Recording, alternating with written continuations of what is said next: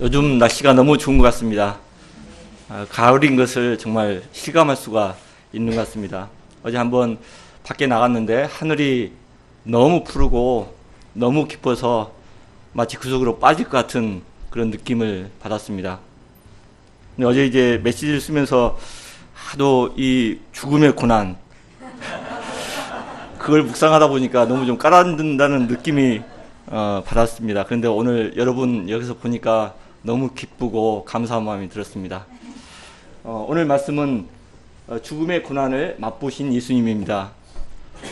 참 부담스럽습니다. 저는 고난에 대해서 뭔가를 알지도 못하고 그러는데 다음부터는 이런 말씀을 나에게 주지 말도록 누가 목사님께 부탁을 드려야 할 것 같습니다. 요절을 읽고 9절입니다. 요절을 읽고 같이 제가 기도하고 시작하겠습니다. 9절 말씀입니다. 시작.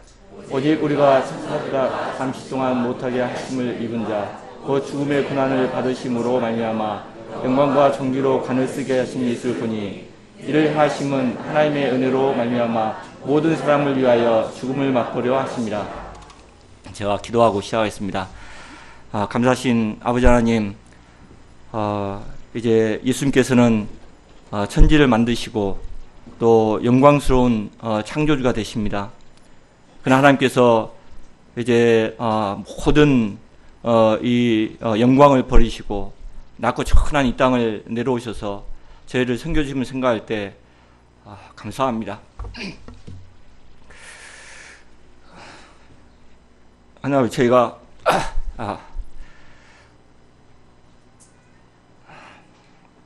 이 삶을 살면서 예수님을 깊이 만나고 영접하고 또 사랑할 수 있도록 도와주십시오. 제가 이 자리에 섰습니다. 주님, 저를 긍휼히 여겨주시고 제가 이 말씀 온전하게 대언할 수 있도록 도와주십시오. 예수님 이름으로 기도했습니다. 죄송합니다. 1장에서 저자는 예수님이 천사보다 뛰어나시고 또 부활하신 예수님은 모든 권세와 통치권을 가지고 하나님 보좌 우편에 앉아 계시다고 증거를 하고 있습니다. 그런데 이 편지를 읽는 독자들은 현재 혹독한 박해와 어려움 가운데 있었습니다. 이런 생각이 들 것입니다. 예수님이 그렇게 탁월하고 능력이 많으신데 왜 예수님을 믿는 우리가 고난을 받아야 하는가? 예수님이 능력이 많으시면 고난도 없고 만사가 형통해야 하는 것이 아닌가? 오늘 말씀은 이러한 박해와 어려움 가운데 있는 히브리 성도들에게 해답을 주고 있습니다. 오늘 말씀은 예수님의 고난이 무엇 때문이고 또 그 의미가 무엇인지에 대해서 설명을 하고 있습니다. 말씀을 통해서 예수님의 고난에 대한 의미와 우리의 자세를 배울 수 있기를 기도합니다. 제1장 예수님의 겸손과 고난 5절부터 9절 상반절까지입니다. 5절을 보십시오. 장차 올 세상은 종말에 완성될 하나님 나라를 의미하고 있습니다.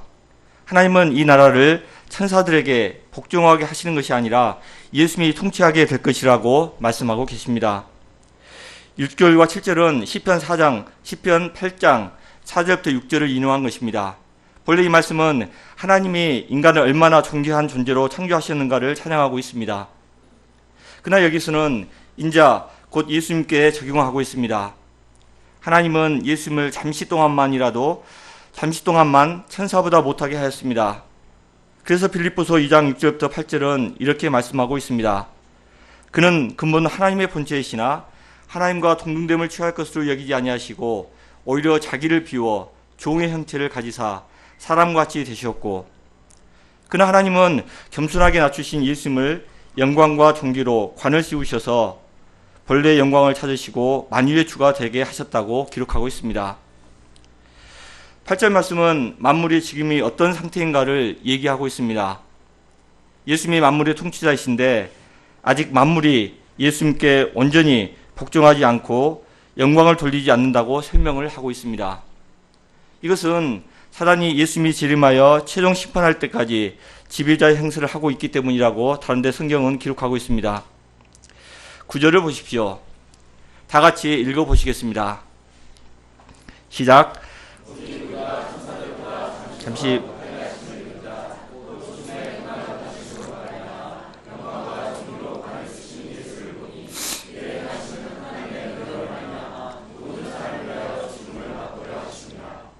이 말씀은 예수님께서 잠시 동안 천사들보다 못하게 되신 것과 또 육신을 덧입고 고난을 받으셨다는 것에 대해서 설명하고 도대체 고난을 받으신 이유가 무엇인가에 대해서 설명을 하고 있습니다.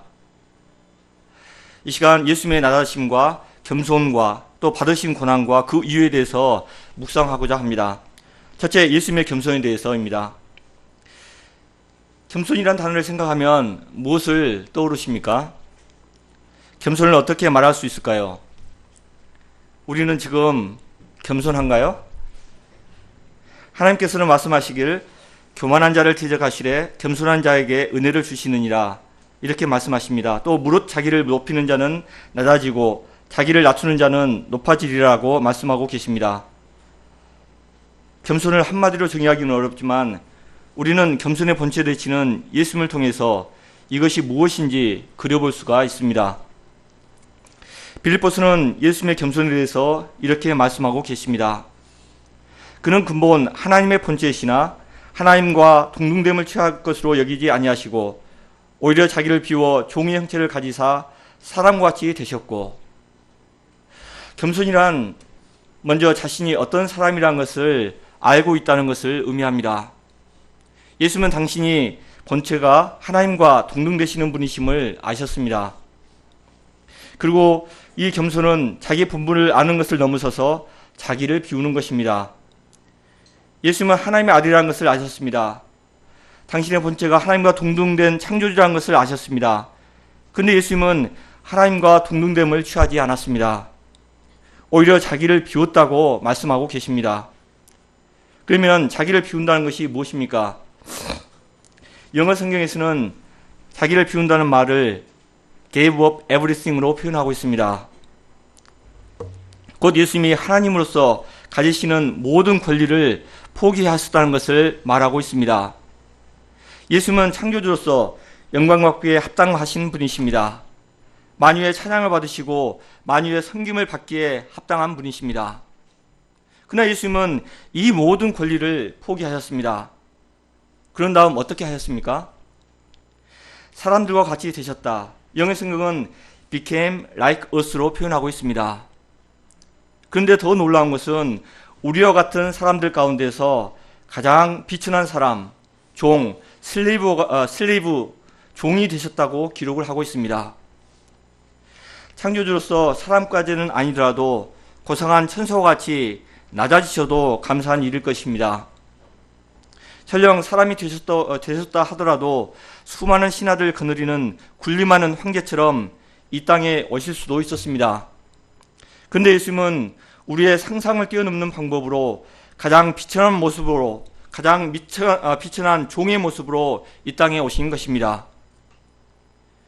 사람들은 자기가 가지고 있는 능력의 범위 안에서 그것을 최대한 이용하여서 자신을 드러내고자 합니다. 밑에 있는 사람들, 또 사람들이 어떻든 상관없이 자신의 영광을 드러내고자 합니다.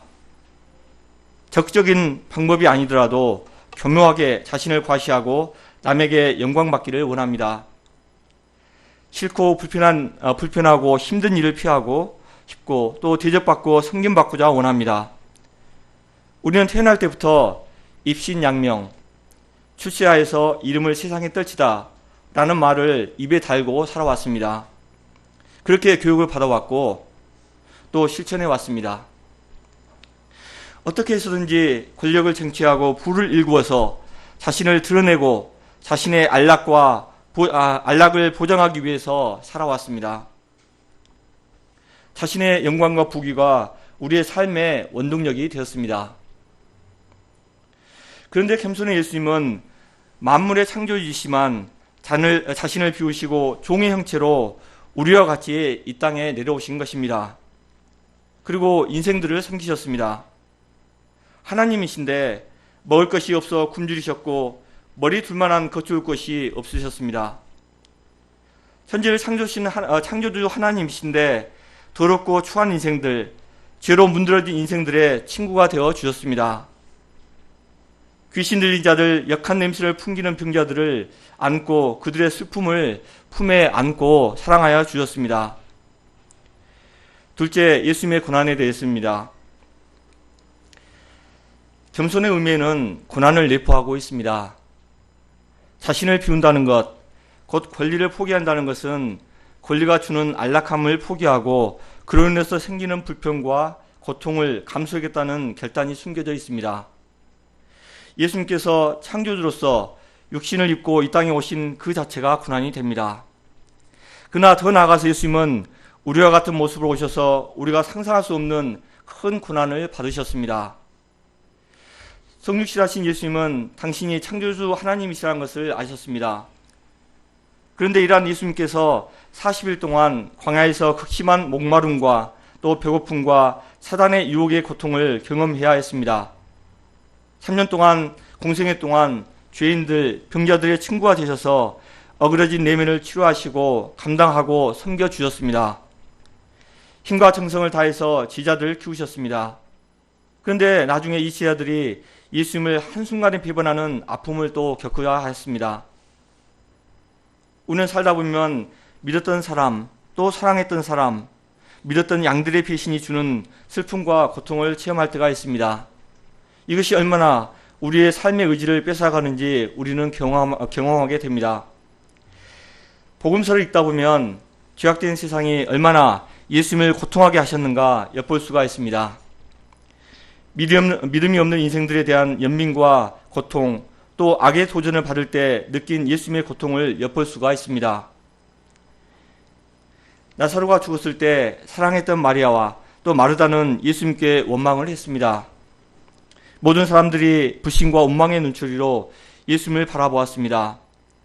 그때 복음서 저자는 이렇게 기록하고 있습니다. 예수님께서 우셨다. Jesus wept. 죽음으로 인해서 고통하는 이들, 또 하나님을 두고도 믿지 못하는 이들을 보시고 고통하시고 우셨습니다. 또 변호사선생에서 내려왔을 때 간질병으로 고생하는 한 아들을 제자들이 고치지 못해서 예수님께 데리고 왔습니다. 아버지는 제자들이 못 고친다고 했습니다. 예수님 이때 믿음이 없는 폐역한 시대라고 또 고통하십니다. 그러나 이러한 고난은 아무것도 아닙니다.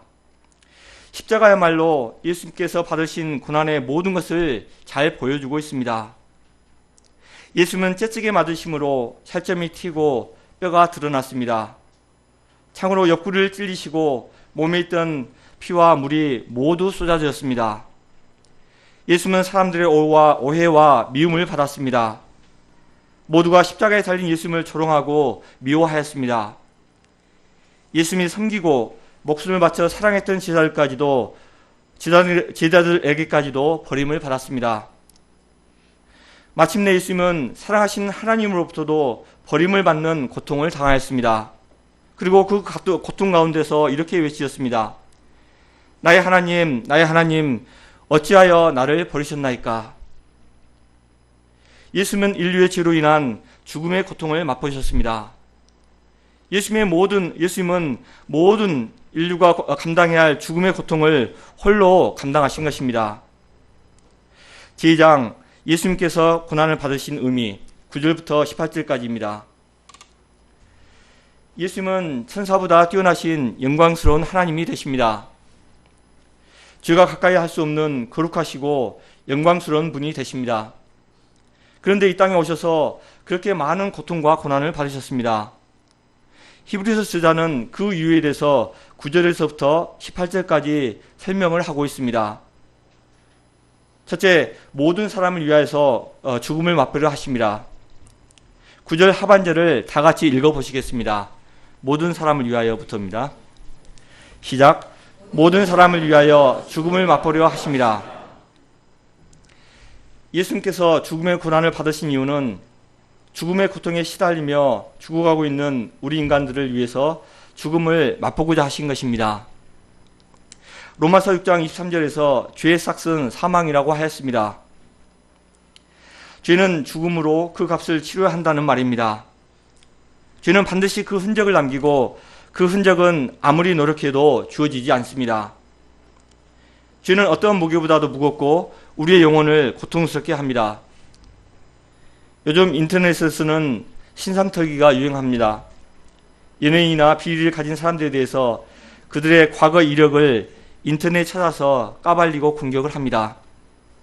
그래서 그 수치심에 견디지 못하고 자살하는 사람도 있습니다.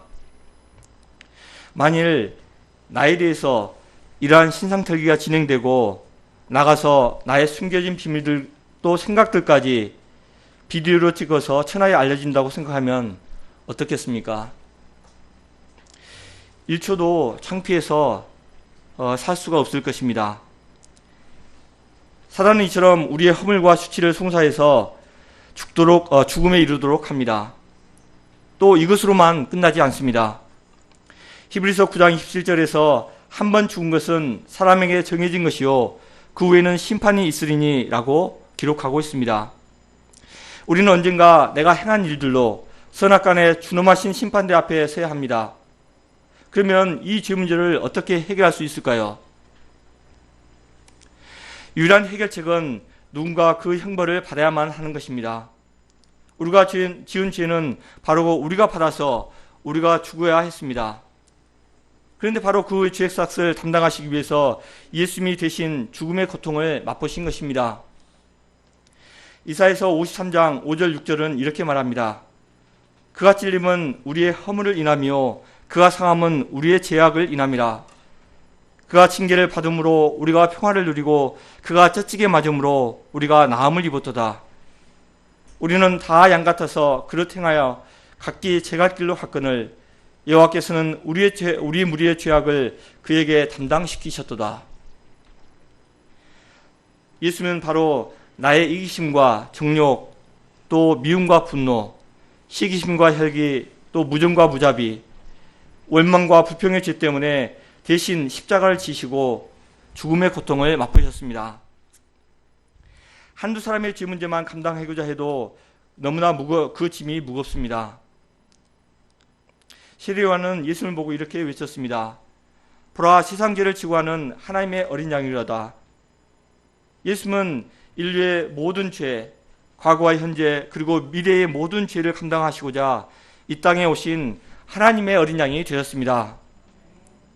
모든 인류의 죄를 다 짊어지시고 그 죄값을 치르신 하나님의 어린 양이 되신 것입니다. 17절을 다 같이 읽어보시겠습니다. 17절입니다. 시작. 그러므로 그가 범사의 형제들과 같이 되심이 맞다. 백성의 죄를 속량하십니다. 속량은 곧 값을 지불하고 해방시킨다는 말을 가지고 있습니다. 이렇듯이 예수님이 우리가 맛보아야 할 죽음을 맛보았기 때문에 우리가 대신 생명을 맛보게 되었습니다. 예수님이 뼈가 으스러지고 살이 찢겨지는 고통을 맛보셨기 때문에 우리가 나음을 맛보게 된 것입니다. 예수님이 발가 벗겨지는 수치를 맛보셨기 때문에 우리가 죄의식에서 해방되는 감격을 맛보게 되었습니다. 둘째, 예수님의 고난을 통해서 구원이 온전케 되기 때문입니다. 10절을 보십시오. 다 같이 읽어보시겠습니다. 시작. 그러므로 만물이 그를 위하고 또한 그로 말미암아 많은 아들을 이끌어 영광에 들어가 하시니되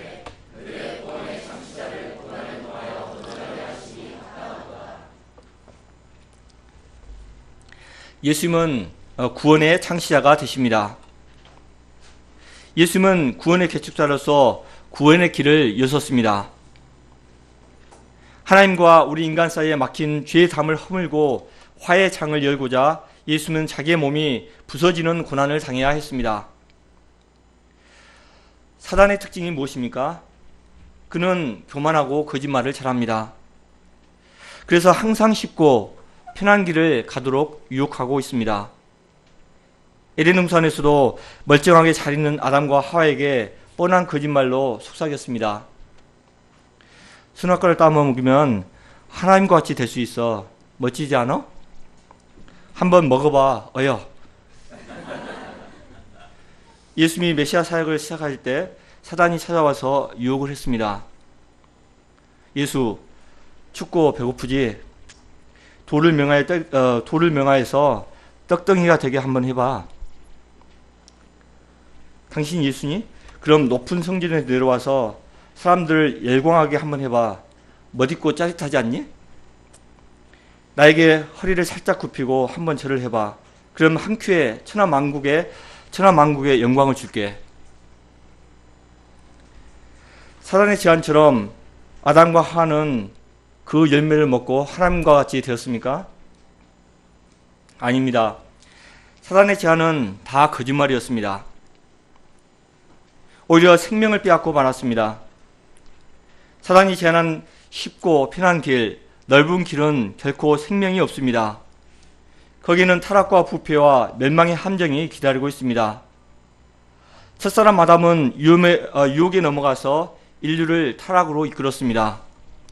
그러나 둘째 아담이신 예수님이 사단의 유혹을 단호히 거부하고 고난의 길, 십자가의 길을 가심으로 구원의 길을 완성할 수가 있었습니다. 예수님이 십자가에 못 박혀 돌아가시면서 다 이루었다라고 하셨습니다. 구원을 완성하셨다는 뜻입니다. 예수님이 자기를 부인하고 하나님께 전폭적으로 순종함으로 구원의 길이 완성된 것입니다. 예수님이 고난을 받으신 것은 힘이 없었어도 능력이 없었어도 아닙니다. 십자가의 고난은 실패가 결코 아닙니다. 인류 구원의 길을 가기 위한 가장 합당한 길이었습니다. 고난은 우리에게 부담스럽고 꺼려지는 단어입니다. 또 멀리하고 싶고 또 피하고 싶은 단어입니다. 그래서 고난은 아마 외로운 단어입니다. 그러나 고난은 사람의 마음에 있는 모든 거짓되고 악한 요소를 걸러내는 용광로와 같습니다. 순수한 믿음을 만들어내는 풀무불과 같습니다. 무엇보다 고난은 영광스러운 부활로 가는 지름길입니다. 예수님도 십자가의 고난을 당하셨기 때문에 영광과 존귀로 관을 쓰였습니다. 부활의 영광에 이르셨습니다. 사도 바울도 이 비밀을 알았기 때문에 빌립보서 3장 10절, 11절에서 이렇게 말하고 있습니다. 내가 그리스도와 그의 부활의 권능과 그 고난에 참여함을 알고자 하여 그의 죽으심을 본받아 어떻게 해서든지 죽은 자 가운데서 부활에 이르려 하노니. 또 로마서 8장 17절 18절에서 자녀이면 또한 상속자 곧 하나님의 상속자요 그리스도와 함께한 상속자니 우리가 그와 함께 영광을 받기 위하여 고난도 함께 받아야 할 것이니라. 생각건대 현재 고난은 장차 우리에게 나타날 영광과 비교할 수 없도다라고 말씀하고 계십니다. 만일 우리에게 고난이 없다면 우리는 어떻게 될까요? 아마 부패할 것입니다. 심령이 녹슬어서 쓸모없게 될 것입니다. 그래서 한 성경학자는 이렇게 말했습니다. 고난의 풀무불은 우리가 그것을 제거하지 않을지라도 그리스도인다운 성품의 자질들이 연단되는 것이다. 고난을 원하는 사람은 아무도 없다. 그러나 고난을 바른 자세로 겪는다면 고난이야말로 그리스도를 더욱 닮게하는 수단이 됨을 알게 된다. 지금 히브리 성도들은 고난을 겪고 있습니다. 그러나 그 고난을 이상하게 생각할 필요는 없습니다. 고난을 통해서 그 믿음이 온전케 되기 때문입니다. 고난을 통해서 그들이 장차 영광과 존귀로 관을 쓰게 될 것이기 때문입니다. 타락한 이 세상에 우리의 삶은 어찌 보면은 고난으로 점철되어 있습니다. 요람에서 무덤까지 온갖 어려움과 질병 또 실패와 환란이 기다리고 있습니다. 이러한 고난들은 우리 삶 가운데서 모든 일이 잘 되어가고 있다는 환상을 깨뜨리기도 합니다. 그래서 우리가 이 땅에서 정말 바랄 것이 없구나라는 것을 깨닫게 해줄 때가 있습니다. 교만한 우리는 모든 일이 잘 될 경우 어떤 생각을 하겠습니까? 하나님 없이도 잘 살 수가 있네. 나는 쓸모있고 괜찮은 사람이지 속으로 흐뭇해하고 방정을 떨게 될 것입니다. 그러나 하나님 없이 또 하나님을 의지하지 않고 만사가 잘 된다는 것은 정말 그것은 무서운 일인 것 같습니다. 하나님은 우리의 본질을 잘 아시고 계십니다. 우리의 행복이 그분 안에 있다는 것을 잘 알고 계십니다. 그래서 하나님과 관계성을 더욱더 깊이 하기 위한 방법으로 하나님은 고난을 쓸 수가 있습니다. 여러 가지 고난들, 예를 들면 시험에 떨어진다거나 또 다쳐서 뼈가 부러지고 또 알 수 없는 두통으로 수십 년을 지끈거리고 상사에게 일을 못한다고 꾸중을 듣고 또 자녀들은 말을 안 듣고 꿈에도 생각지 못했던 무서운 질병으로 육체적 경제적으로 어려움을 당하고 또 사랑했던 사람들을 잃어버리고 믿었던 이에게 배신당하고 직장을 구하지 못하고 또 양들은 떠나고 나이 들어서 흰머리 나고 또 노안이 생기고 피부는 무엇을 발라도 쭈그러들고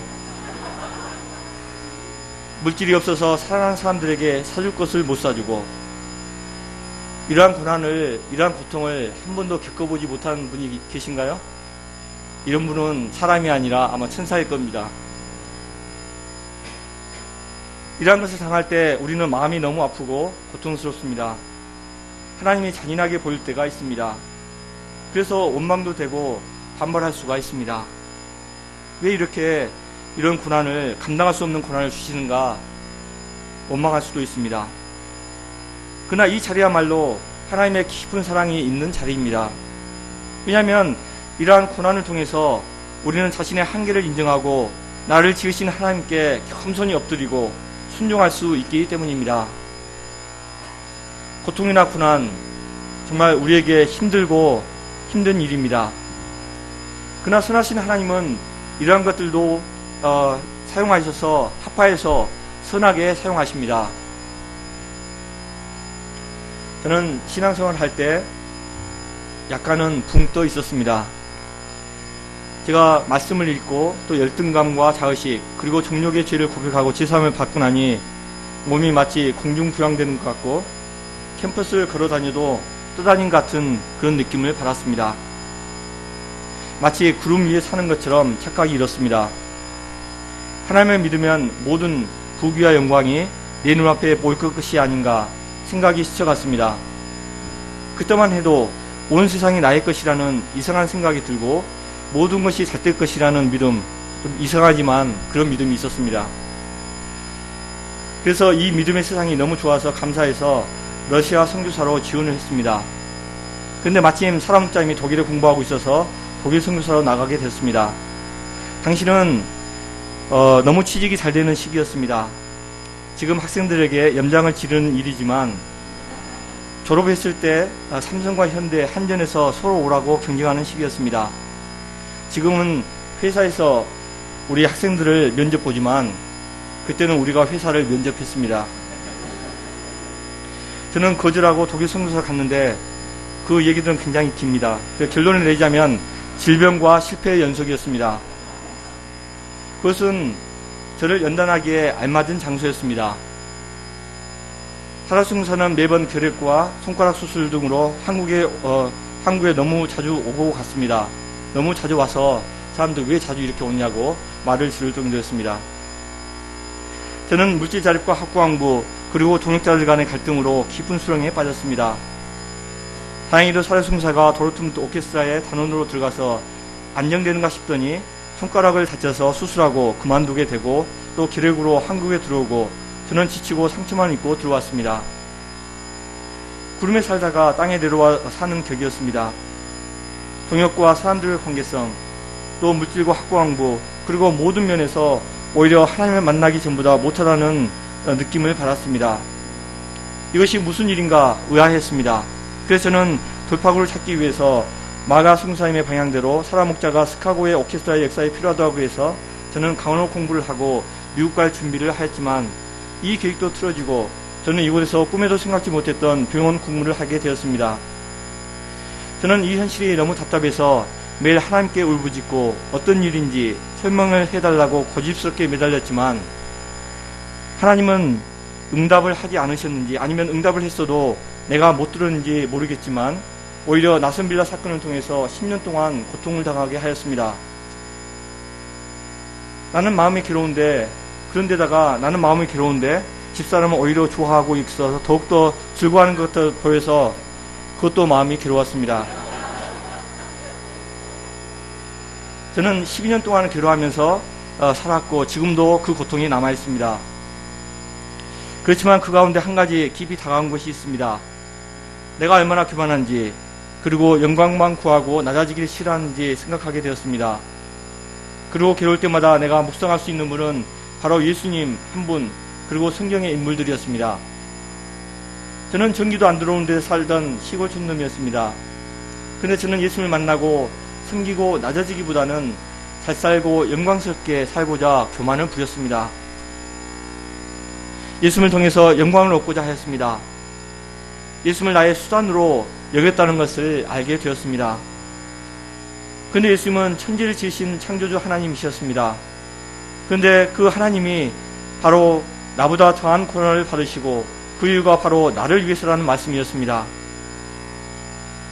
어려움 가운데 누구에게도 흡수할 수 없는 고통을 저는 예수님과 같이 나눌 수가 있었습니다. 저는 죄의 죄로 인해서, 제 부족함으로 인해서 고통하지만 예수님은 나의 죄로 인해서 고통하였습니다. 이 예수님을 생각하면 생각할수록 은혜가 되고 감동이 되었습니다. 교만한 죄악된 나를 발견하게 할 수 있는 방법이 무엇이었을까요? 그것은 나의 교만을 깰 수 있는 작은 시련들입니다. 이 시련들이 어떤 면에서 제 허물과 죄악 때문입니다. 그러나 하나님은 이름까지도 사용하셔서 제가 정말 하나님 한 분만을 진심으로 섬기고 그분께 항복할 수 있는 존재로 빚어간다는 것을 가르쳐 주셨습니다. 저를 사랑하시고 인도하신 하나님께 감사를 드립니다. 셋째, 예수님의 고난은 우리의 형제가 되기 위함입니다. 11절을 보십시오. 거룩하게 하시는 이와 거룩하게 함을 입은 자들이 다 한 근원에서 난지라. 그러므로 형제라 부르기를 부끄러워하지 아니하시고. 예수님이 우리를 형제라 부르신데 조금도 부끄러워하지 않았습니다. 사람들은 자기보다 천한 사람들을 형제라고 부르고 싶어하지 않습니다. 좀 더 나은 사람들을 사귀고자 합니다. 자기의 격이 떨어지기 때문입니다. 그러나 예수님은 죄 많은 우리를 기꺼이 형제라 불러주셨습니다. 우리의 맏형이 되어주셨습니다. 여기에 우리를 향한 하나님의 사랑이 나타나 있습니다. 우리도 이 예수님에 대해서 형제의식을 갖습니다. 예수님이 우리와 같이 혈과 육을 입고 오셔서 함께 고난을 겪으셨기 때문입니다. 천사는 아무리 보기라도 우리의 형제가 될 수가 없습니다. 주로 구름 위에서 놀았기 때문에 육신의 고통을 알지 못하는데 이 땅의 힘든 삶을 어떻게 이해할 수가 있겠습니까? 그러나 예수님은 말구 위에서 태어나시고 추위와 배고픔을 아셨습니다. 수고성을 가는데 더위에 지쳐서 갈증에 깊이 목말라 하셨고, 피곤함에 지쳐서 광풍이 불어 파도가 이는데도 뱃머리를 삼아 깊은 잠을 주무셨습니다. 우리와 같은 몸을 입은 예수님은 마음의 깊은 연민으로 나병 환자의 환부의 손을 드셨습니다. 세리와 창기들, 천한 죄인들과 함께 식사를 하셨습니다. 우리와 같이 고통당하고 늙어가고 목마르고 수고하고 무거운 짐을 직접 지었습니다. 어린 양을 치서 잡는 해산의 수고를 감당하였습니다. 죄는 없으시지만 우리와 똑같기 때문에 우리는 동질감을 느끼고 그분께 위로를 받습니다. 그리고 삶의 소망을 그분을 통해서 얻습니다. 18절을 같이 읽어보시겠습니다. 시작. 시험을 받아